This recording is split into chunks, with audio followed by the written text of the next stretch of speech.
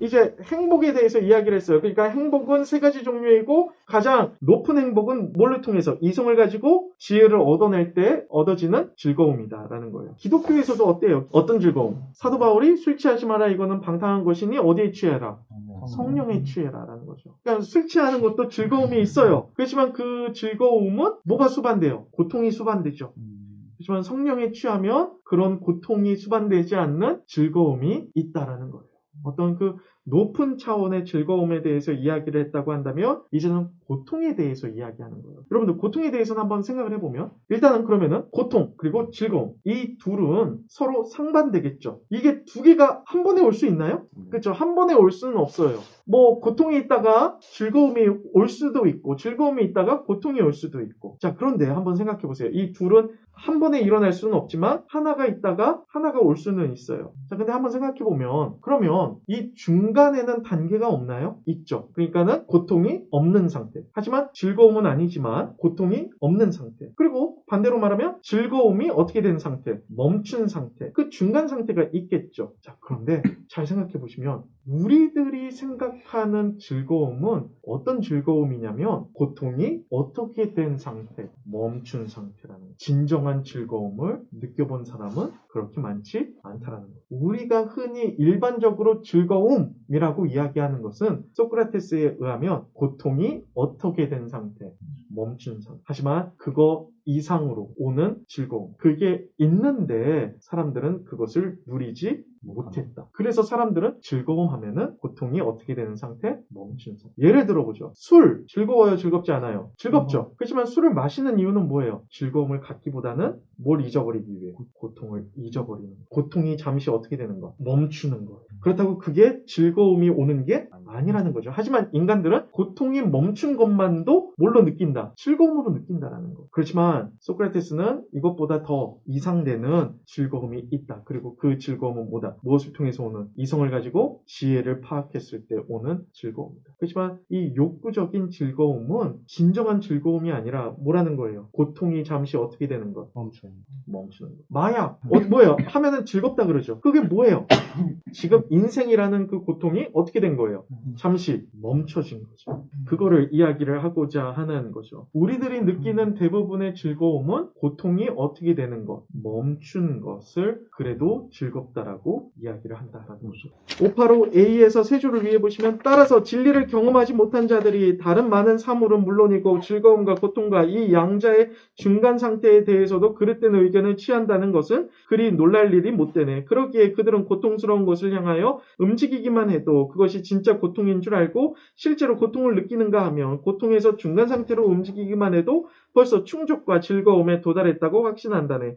그리하여 그들은 즐거움을 경험한 적이 없기에 착각을 일으켜 고통 없는 상태를 고통에 대립시킨다라고 이야기를 하게 되는 거죠. 자, 그래서 좀 더 실제적인 것은 플라톤의 라인 아래에 있는 게 아니라 플라톤의 라인 어디에 있는 거다?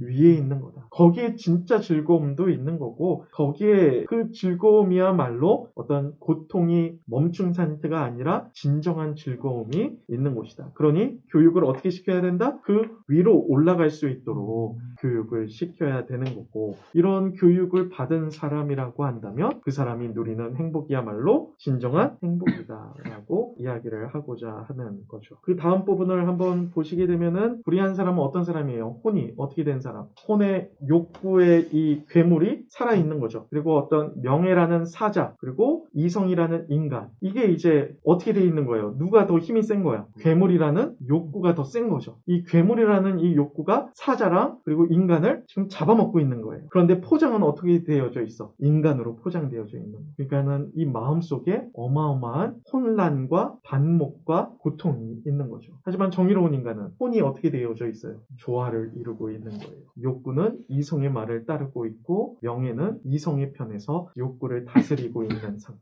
이게 정의로운 인간이라는 거죠. 그러면 누가 더 행복하겠냐? 당연히 정의로운 인간이 더 행복하다라는 것을 이야기를 하고자 하는 거죠. 그러니까 여러분들 한번 생각해 보세요. 그러면은 우리의 삶을 어떻게 사는 게 더 행복할까요? 그죠? 정의로운 인간으로 사는 게 더 행복하다. 자, 그래서 우리 592A 한번 가볼까요? 그것이 그의 주된 관심사라면 그는 전개에 입문하지 않겠군요. 정의로운 인간이라고 한다면 전개에 입문하지 않겠군요. 라고 학생들이 물어보는 거예요. 그랬더니 소크라테스가 개에 걸고 맹세한 건데 그는 정말로 자기가 속하는 국가에서는 당연히 정계에 입문하겠지.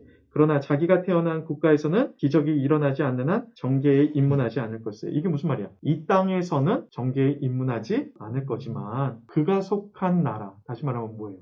이데아, 그렇죠? 이데아라는 그 나라에서는 정계에 입문할 거다라는 거죠. 그러니까 소크라테스가 말하고 싶은 것은 뭐냐면은 이 땅에 이런 정의로운 국가는 일어날 수 없다. 그러니까 여기서는 정계에 입문하지 않을 거다라는 거예요. 그랬더니 이제 소크라테스가 뭐라고 이야기하냐면 그럼 이거 왜 읽어요? 이거 그쵸? 왜 읽어요? 라고 할 수 있잖아요. 그랬더니 소크라테스가 하지만 그 국가는 아마 뭐로써? 본보기로서 하늘에 빛이 되어 있을 것이네. 누구든지 원하면 그것을 보고 본 것에 따라 자신 안에 국가를 건설할 수 있도록 말일세. 그 국가가 어디엔간 존재하느냐 또는 존재할 것이냐는 문제되지 않네. 그는 오직 그 국가의 국사에만 관여할 뿐 다른 국가의 국사에는 관여하지 않을 테니까. 그러니까는 그런 국가는 어디에 존재한다? 본보기로서 어디에 존재한다? 이데아. 하늘에 존재한다는 거예요. 그리고 성경도 그런 이유에서 쓰여졌죠. 그러니까 여러분들 만약에 인생을 산다고 한다면 누구의 모습을 따라가는 게 행복해요? 보기에는 정의로워 보이지만 실제로는 불의한 사람? 보기에는 정의로워 보이니까 막 리무진도 타고 다니고 좋은 양복 막 돈 펑펑 쓰고 다니고 맛있는 거 먹고 이게 중요해요? 이게 아니라는 거예요. 소크라테스는. 마지막 권에서는 여러분들 어떤 얘기냐면은 지금 글라우콘이라든지 이런 학생들이 왜 이런 생각을 가지게 된 거예요? 왜 불의하게 사는 게 훨씬 낫다? 정의로운 척만 하면서 사는 게 왜 좋다? 반지 기억나나요? 무슨 신화? 귀게스의 신화죠. 그러니까 그들이 들었던 이야기가 그들로 하여금 이런 생각을 가지게 한 거야. 그냥 정의로운 척만 하면서 살고 불의하여도 좋다. 이게 그 귀게스의 신화에서 들려주는 이야기예요. 그러니까 소크라테스는 그 신화는 맞다 틀리다. 틀렸다라는 것을 얘기해 준 거잖아요. 그래서 소크라테스는 새로운 신화를 들려주게 됩니다. 그게 에르 신화예요. 에르 신화. 그게 이제 10권에서 이야기를 하게 되는 거고 이 이야기를 소크라테스가 진짜 믿냐? 믿진 않아요.